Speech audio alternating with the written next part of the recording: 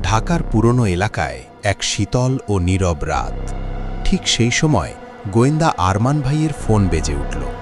ফোনের ওপাশে ভীত কণ্ঠে একজন জানালেন যে একটি রহস্যময় মৃত্যু ঘটেছে এবং তারা সন্দেহ করছে এটি খুন হতে পারে। আরমান ভাই শান্ত স্বরের ঠিকানা নিয়ে দ্রুত ঘটনাস্থলের দিকে রওনা দিলেন। বাড়িটি ছিল একটি পুরনো 3 তলা বাড়ি। সেখানে পৌঁছে তিনি দেখলেন পুলিশের গাড়ি দাঁড়িয়ে আছে এবং আশেপাশে কৌতূহলী মানুষ জড়ো হয়েছে।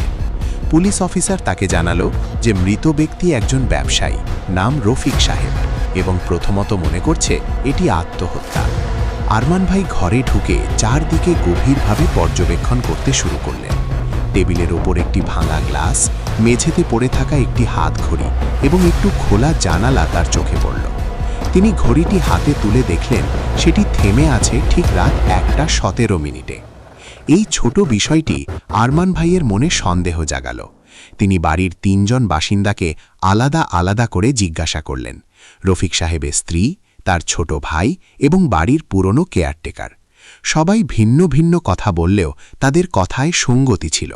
তবে ছোট ভাইয়ের কথায় এবং হাতের পিছনে কাটা দাগের জন্য তাকে সন্দেহজনক মনে হল। কিছুদিন সে আড়াল থেকেই 3 জনের ওপর নজর রাখল। অবশেষে তিনি সবার সামনে সত্য প্রকাশ করলেন। তার বিশ্লেষণ অনুযায়ী রফিক সাহেবের ছোট ভাই ব্যবসার টাকা নিয়ে সমস্যায় পড়েছিলেন।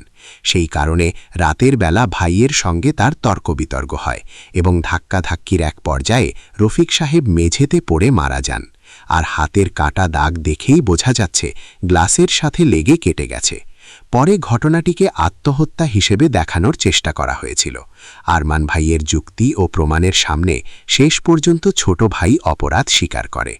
ঘটনার সমাপ্তিতে পুলিশ অপরাধীকে নিয়ে চলে যায় এবং ধীরে ধীরে ভোরের আলো ফুটতে শুরু করে।